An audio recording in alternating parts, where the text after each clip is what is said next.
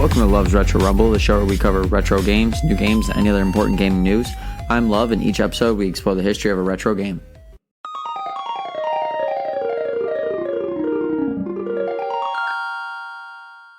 Today we're diving into one of the most beloved games of all time, The Legend of Zelda: A Link to the Past. Released for the Super Nintendo in 1991, this game redefined the action-adventure genre and laid the foundation for countless future Zelda titles. But what makes A Link to the Past such a legendary experience? Let's grab our Master Swords and journey back in time to uncover the history behind this iconic game.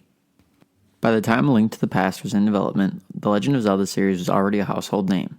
The original Legend of Zelda, released in 1996 for the NES, was groundbreaking, offering players an open-world adventure with hidden secrets, dungeons, and challenging gameplay.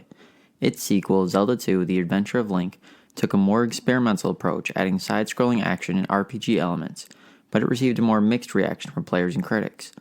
For the third game in the series, Nintendo wanted to return to the top-down perspective that made the original a hit, but with more depth, better visuals, and new mechanics, thanks to the advanced hardware of the Super Nintendo. Shigeru Miyamoto, the legendary creator of Zelda and Mario, led the project along with a talented team that included producer Takashi Tezuka and composer Koji Kondo.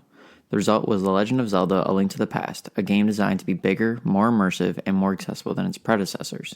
When A Link to the Past launched on November 21, 1991 in Japan, and later in North America on April 13, 1992, it was immediately clear that this wasn't just another sequel. It was something truly special. The game returned to the series' top-down roots but added new layers of complexity. The world of Hyrule was larger, richer, and more detailed than ever before, with the forests, deserts, mountains, and villages all connected seamlessly. One of the game's biggest innovations was the introduction of two parallel worlds, the Light World and the Dark World. Players could travel between the two, solving puzzles and discovering how changes in one world affected the other. The gameplay also refined classic Zelda mechanics, introducing iconic items like the hookshot, the Pegasus boots, and the magic mirror.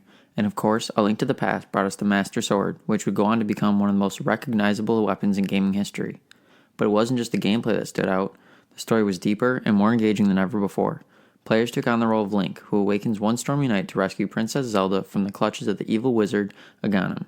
Soon Link finds himself on a quest to stop Aghanim, save the descendants of the Seven Sages, and ultimately defeat Ganon, who lurks in the Dark World. The Legend of Zelda: A Link to the Past was a critical and commercial success, selling over 4 million copies worldwide. Critics praised its polished gameplay, intricate dungeons, memorable music, and epic storyline. But perhaps A Link to the Past's greatest legacy lies in how it shaped the future of the Zelda series.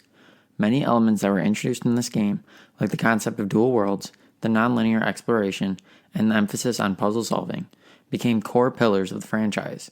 You can see its influence in later games like Ocarina of Time, The Wind Waker, and A Link Between Worlds. Even today, A Link to the Past is still considered one of the greatest games ever made.